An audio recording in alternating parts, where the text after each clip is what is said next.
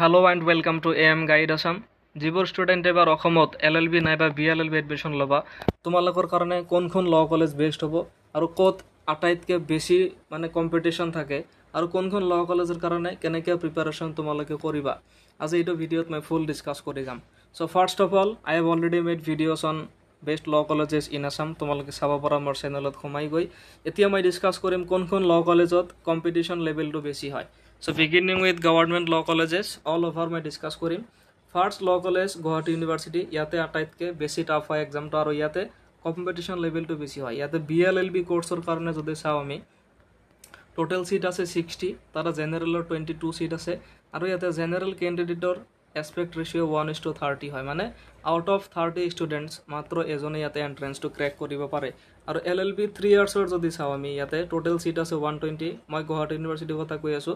আৰু ইয়াতেও যদি চাওঁ LLB 3 ইয়াৰ্ছত জেনাৰেলৰ অনলি 42 সিটস আছে বা কেতিয়াবা 39 হয় আৰু তোমালোকৰ কাৰণে ইয়াতে যেটো মানে এসপেক্ট রেশিও হেতু মোটামুটি 1:25 মান হৈ যায় গতিকে ইয়াতে কম্পিটিশন লেভেলটো সবৰ কাৰণে একে হয়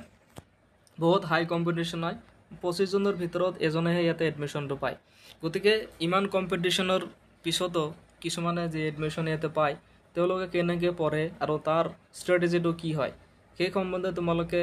নিজেও অলৰেডি মানে ৰিসাৰ্চ কৰি চাব পৰা যে কি পঢ়িলে ইয়াতে এডমিশনটো পাম অলৰেডি মই আগতে ভিডিঅ' বনাইছিলোঁ এতিয়া তোমালোকৰ সুবিধাৰ্থে যেহেতু গুৱাহাটী ইউনিভাৰ্চিটি যেটো এন্ট্ৰেন্স হয় আমাৰ টোটাল 100 মাৰ্কৰ হয় আৰু নেগেটিভ আছে 0.25 দ্যাট ইজ 1/4 সো এই নেগেটিভৰ সৈতে জেনারেল ক্যান্ডিডেট এটাই মিনিমাম 50 প্লাস পাব লাগিব তেতিয়াহে তোমালোকে সিট পাবা সো আউট অফ 150 পাওয়াটো ইমান ইজি নহয় নেগেটিভৰ সৈতে এটা আনসাৰ ভুল কৰিলে -1.25 তোমালোকে লাগি যাব মানে শুদ্ধ এনসাৰৰ পৰা 1 মাৰ্ক তাতে কাটি যাব 0.25 গতিকে তোমালোকে কি পঢ়িব লাগিব তাৰ ওপৰত মই অলৰেডি লাইভ ক্লাसेस আৰম্ভ কৰিছো কি মোস্ট ইম্পৰ্টেন্ট টপিক এন্ট্ৰেন্সৰ কাৰণে চাব লাগিব তাৰ লগতে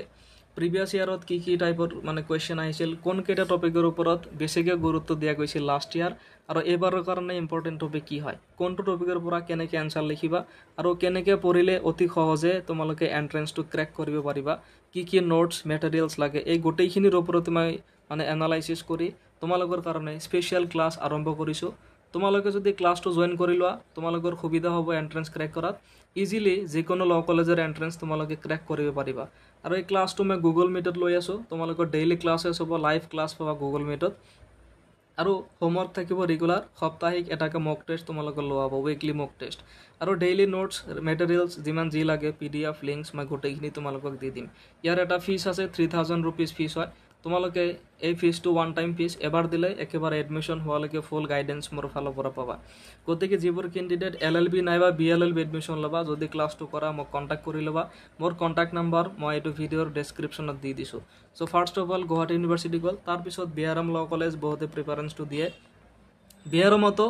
এসপেক্ট ৰেশিও 1:15 মান হয় LLB BLLB দুটাতে আৰু JB ল কলেজত যদি চাওয়াতে ইন্টাৰভিউ হয় টোটাল সিট 324 LLB আৰু 124 BLLB বিআৰএমতো একে ইউনিভাৰ্চিটি ল কলেজৰ নিচিনাই 64 BLLB 124 LLB সো গোটেইখিনি ল কলেজতে যদি চাও আমি এটা কম্পিটিশন লেভেলটো বহুত হাই হয় আৰু ডিব্ৰুগড় ইউনিভাৰ্চিটিৰ কথাটো ক'বই নালাগে তাতে এন্ট্ৰেন্স প্লাস ইন্টাৰভিউ এন্ট্ৰেন্সত 180 থাকিব প্লাস ইন্টাৰভিউ 20 থাকিব গতিকে তোমালোকে যিকোনো ল কলেজত এডমিশন ল'ব হলে এন্ট্ৰেন্সটো যদি ভালকে ক্ৰ্যাক কৰিব খোজা কি নোটস লাগিব কি টপিক চাব লাগিব কেনেকৈ পঢ়িব লাগিব কোনটো টপিকৰ পৰা কেনেকৈ আনসাৰ লিখিব লাগিব এই গোটেইখিনি যদি তোমালোকে ভালকে জানিব খোজা মোৰ এন্ট্ৰেন্স ক্ৰ্যাকিং যেটো স্পেশাল ক্লাস আছে জয়েন কৰি লবা সেই ক্লাসৰ ফিস অতি কম 3000 টকাৰ বিনিময়ত তোমালোকে একেবাৰে এডমিশন হোৱালৈকে ফুল গাইডেন্স পাবা যি মেটেৰিয়েলছ যিমান যি লাগে